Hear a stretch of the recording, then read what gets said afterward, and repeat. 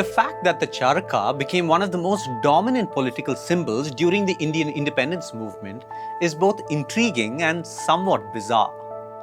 Why would such an obsolete device occupy such a prominent place in a nation's freedom struggle at a time when the Industrial Revolution had already left its indelible mark throughout the world?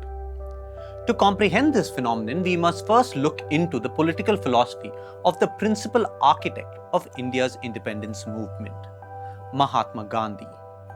The Charkha was not merely a tool for resistance, it was a concrete, tangible representation of Gandhi's powerful ideology. Gandhi's approach to the problem of colonialism was unique. He did not see the issue solely as one of British domination, but as a deeper conflict rooted in the effects of modernity. He believed that machinery and industrialization had transformed the world to such an extent that people had become overtly dependent on the comforts they provided.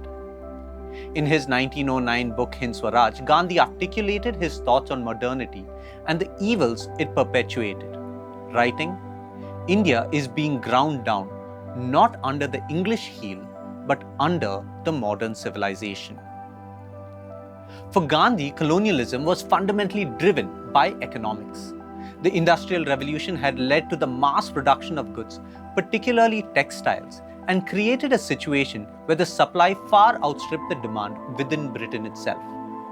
As a result, there was a need to find new markets for these surplus goods, and this economic situation drove the British to seek colonies around the world.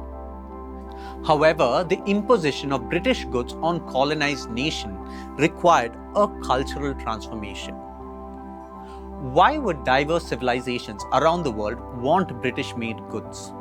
To establish their market, the colonial powers had to propagate the notion that British civilization represents the pinnacle of culture.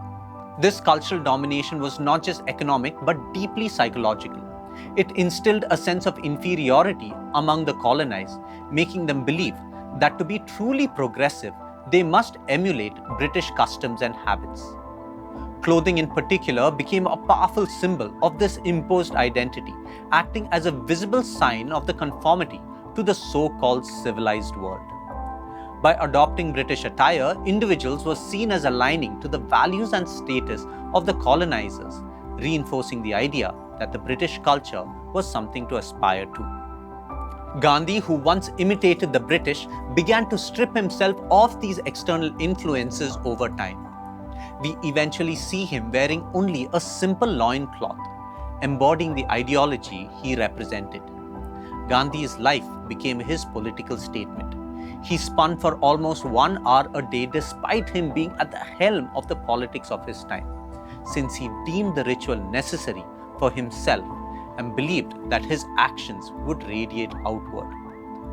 For India to achieve true inner freedom, it had to cultivate self-reliance and pride in its own cultural heritage. The nation needed to embark on a spiritual quest to gain self-sufficiency, and the spinning wheel became the device that would aid India on that journey. At a time when the world was enamored with the power of machinery to move humanity forward, Gandhi chose to technologically regress so that our nation could morally progress.